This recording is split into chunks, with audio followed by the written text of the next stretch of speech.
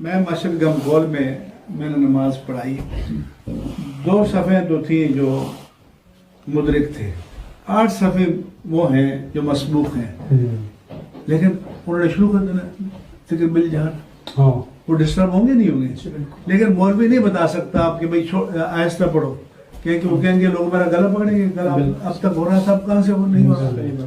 اس کے نتیجے میں ہم دنیا میں امت سے الگ تھلگ ہیں۔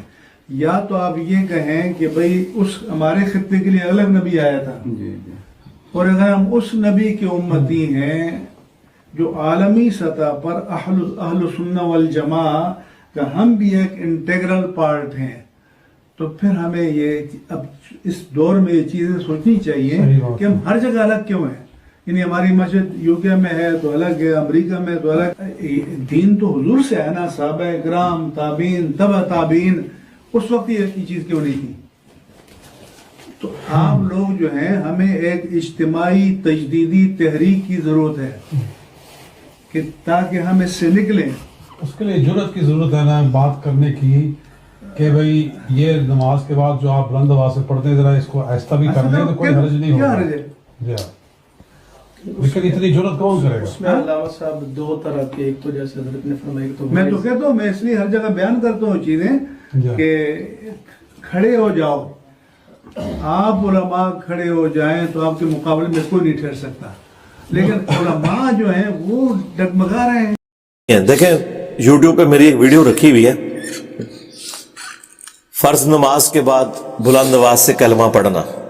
اس میں نے بتایا تھا کہ بلند آواز سے صرف ایک ذکر ثابت ہے بخاری مسلم میں کہ نبی علیہ السلام جب سلام پھیرتے تھے تو اللہ اکبر کی آواز سے، حضرت عبداللہ ابن عباس کہتے ہیں ہم نبی علیہ السلام کی نماز کا مکمل ہونا پہچانتے تھے تکبیر کی بلند آواز سے، اللہ اکبر، بس اتنا بلند آواز سے ذکر ثابت ہے۔ اس کے بعد آہستہ آواز سے 3 دفعہ استغفر اللہ مسلم شریف میں آیا، اور اللہم انت السلام ومنک السلام تبارک یا ذا الجلال والاکرام۔ باقی یہ جو آپ نے کہا نا کہ بلند آواز سے کلمہ پڑھتے ہیں، یہ کہیں بھی نہیں لکھا ہوا، یہ انہوں نے خود جاری کیا ہوا ہے، جس کا سب سے بڑا ثبوت ہے کہ یہ بریلوی مکتب کے لوگ کلمہ پڑھتے ہیں نا۔ بریلویوں کے پاکستان میں جو بڑے بزرگ ہیں نا، وہ باپا جانی الیاس قادری صاحب، پنجاب میں ان کی مسجدوں میں کلمے پڑھے جا رہے ہیں، لیکن اگر آپ فیضان مدینہ کراچی چلے جائیں نا، جو ان کا مین مرکز ہے، میں وہاں کئی دن رہا بھی ہوں، آپ جا کے پریکٹیکلی چیک کر لیں، وہاں فرض نماز کے بعد کوئی کلمہ نہیں ہوتا، بالکل سلام پھیر کے خاموش بیٹھتے ہیں۔ اور یہاں دعوت اسلامی کے اپنے مدارس کے اندر کلمہ پڑھا جا رہا ہے، یعنی یہ پنجاب کا کلچر ہے انہوں نے بنایا۔ اور اس سے بھی بڑھ کے احمد بریلوی صاحب کی جو مسجد بنی ہوئی ہے ان کے مزار کے اوپر بریلی کے اندر، اس میں بھی کلمہ کوئی نہیں ہوتا۔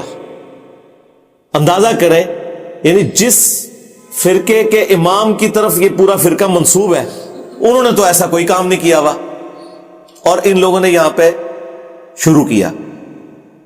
اور ایک حیران کن بات، کچھ عرصہ پہلے مفتی منیب الرحمان صاحب کی ایک ویڈیو لیک ہوئی تھی، وہ کسی باہر کے ملک میں کسی بیٹھک میں دوستوں کے پاس بیٹھے ہوئے تھے، تو کیجولی انہوں نے گفتگو کی کہ ہم تو پوری امت کے اندر ایک نمایاں سے نظر آتے ہیں، جیسے ہی نماز ختم ہوتی ہے تو بلند آواز سے لا الہ الا اللہ شروع کر دیتے ہیں۔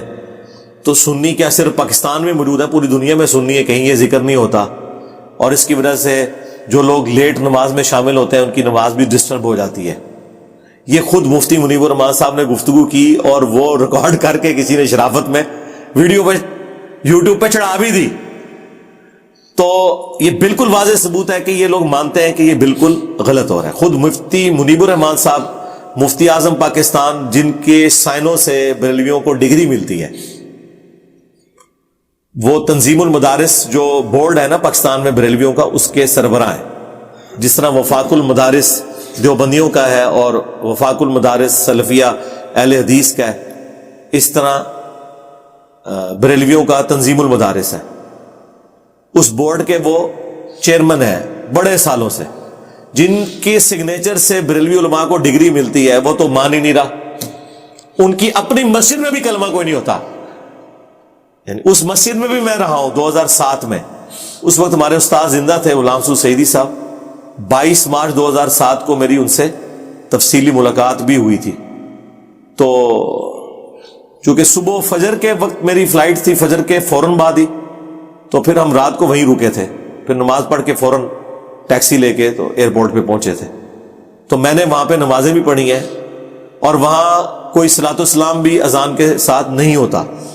کبھی کبھار نا صرف اپنی بریلویت کو وہ اجاگر کرنے کے لیے کبھی کبھار صلاۃ والسلام وہ پڑھ دیتے ہیں, لیکن وہ بھی اذان کے ساتھ جوڑ کے نہیں پڑھتے, اذان کے بعد پڑھتے ہیں. تو بعد میں پڑھنا تو درست ہے, درود شریف صحیح مسلم میں حدیث ہے, جو اذان کا جواب دے اس کے بعد درود شریف پڑھے اور الوسیلہ والی دعا مانگے تو اللہ تعالیٰ اس کے حق میں میری شفاعت قبول کرے گا. اللہم اجعلنا منہم, اللہم صلی علی محمد وعلی آل محمد.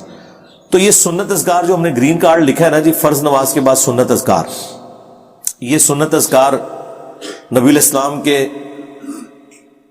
بخاری, مسلم, ابو داؤد, ترمذی, نسائی, ابن ماجہ اور باقی کتابوں میں آئے ہیں. آپ دیکھیں میں نے ایک ایک حدیث کے ساتھ حدیث کا نمبر لکھا ہوا ہے, آپ کاؤنٹر ویریفائی کریں.